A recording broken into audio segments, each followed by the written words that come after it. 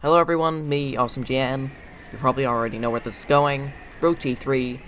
In this video I want to discuss a potential E3. I just looked at, a lot of the leaks, how much time has passed since certain games, things like that, try and put together what would be a somewhat reasonable E3. I also looked at some of the previous E3s to try and tell when's the big announcements, when's the smaller ones, when's the downtime, stuff like that. So, without any further ado, here we go. E3 starts off with a Smash reveal. This reveal will be for quite a big character, one quite well known. A third-party one, so say Crash or Master Chief. Even if Master Chief isn't that big in Japan, he's quite well known in a lot of other places, so. This fighter will be slated to release about July-ish. The trailer for them will show, of course, the big reveal part, and a sizable amount of gameplay to show that this character is quite ahead in development. After this, we will cut back to Doug Bowser, who we haven't seen in 2 years. We'll go on to talk a little bit about the reveal we just saw. However, in the background, we can see many objects moving slightly. Some might see this as a weird glitch, some might not understand what it is. However, Doug then notices it, and reveals it's Pikmin.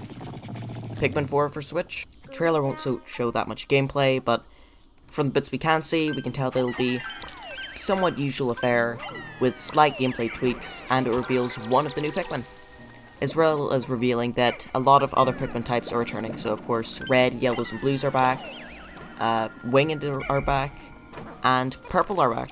After this, we will see some info on triangle strategy. I will completely blur this out of my memory because I could not care less. But still, they'll talk about it for a short bit, show off more of the story or something. I don't know, I can't even remember what they showed off back in the Direct. I really don't care, which is exactly why it's perfect for E3. Then they're going to talk about Mario Golf, mostly repeating everything we already know. However, they will also show off some of the new characters coming, roughly 3 or 4. We will then see the next Animal Crossing update, which will be the exact same as always.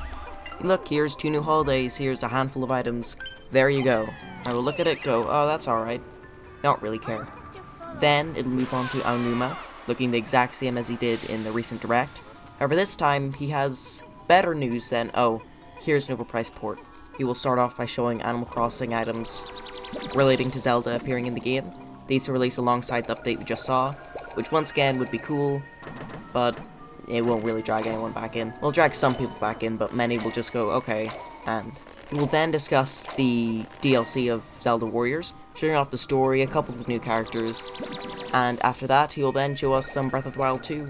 This trailer will mostly feature cutscenes and not that much gameplay. However, from the gameplay that does show off, we can tell that the game is going to be quite similar to what it was the first one, with a couple of new mechanics and tweaks, as well as new weapon types and new types of outfits.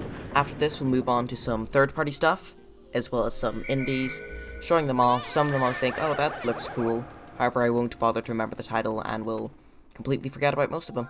Then, the big Kirby project is showed off. For a good while now, HAL Laboratories has been hinting towards them working on something big relating to the franchise. Many are assuming they will be 3D, which I honestly think so too. Kirby is one of the last franchises from the NES era to go into 3D. We've seen bits of it before, such as the world map in Kirby Star Allies and Kirby Big Blowout, I think it was called, on the 3DS. However, both of those aren't full-on games. Then Doug Bowser comes back in the exact same location, this time to reveal that more systems are coming to NSO, these being Game Boy, Game Boy Advance, and N64. He hints that there will be a lot more systems come, well not a lot more, but a couple more, and that these systems will be updated regularly. He also tells us that this will come in a tiered system, so you get your Tier 1, which is what everyone currently has, which gives you NES, SNES, and online. Then for additional $20, you get Game Boy, Game Boy Advance, and N64. These are to release not too long after the presentation. Then, Rare Replay is shown off for Switch. This will be quite similar to what it already was on Xbox, with the addition of Donkey Kong Country 64. Or is it just Donkey Kong 64? It's probably that one, I can't remember, but yes, there you go. They will then show off a trailer for Mario Party 2. This will feature a good amount of gameplay, and it reveals to us that there's going to be a lot more than just 4 maps, and that all the mini-games will be playable both with motion control and with just button controls. It also tells us that there will be a pretty big story mode. After this, we see a flash reel of indie games, each getting roughly 30 seconds to show off their game. Then we move on to the reveal of a new Donkey Kong Country. It will be the exact same art style as Tropical Freeze and Returns, but it's an actually new game and it's on Switch. Then we end off with the one last thing, being a Smash reveal, of course, of, well, Waluigi. Many will be disappointed, many will be happy. Either way, that finishes off the Smash reveals.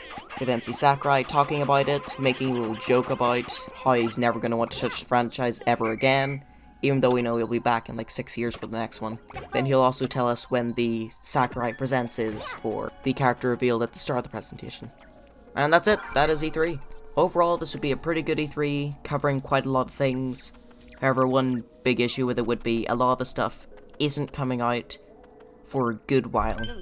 But with new systems coming to NSO, that will definitely help make the gap between releases a lot more bearable. Of course, people online will complain about the Direct, as they always do, as well as complaining about who was shown off at the Direct, while I have a good amount of others saying that it was perfect, it was the best one we have ever received. I would probably be more on the happy with the Direct side, because Game Boy Advance on Switch means Mario and Luigi on Switch, and that would be amazing. Pikmin 4 and Super Mario Party 2 would be really exciting to see, especially since we haven't received a new Pikmin game in very long, unless you count Go Hey Pikmin, which, no. Then I'd be really happy with the Smash reveal at the end. So yeah, what do you think? Do you think that that's somewhat reasonable? Do you think that's never gonna happen? Then let me know. Also, next video is just gonna be this, but with Mario and Luigi, and everything that's never ever going to happen in one Direct, which means there'll be nothing on Triangle Strategy. Just things I like, just things. Right, anyway, bye.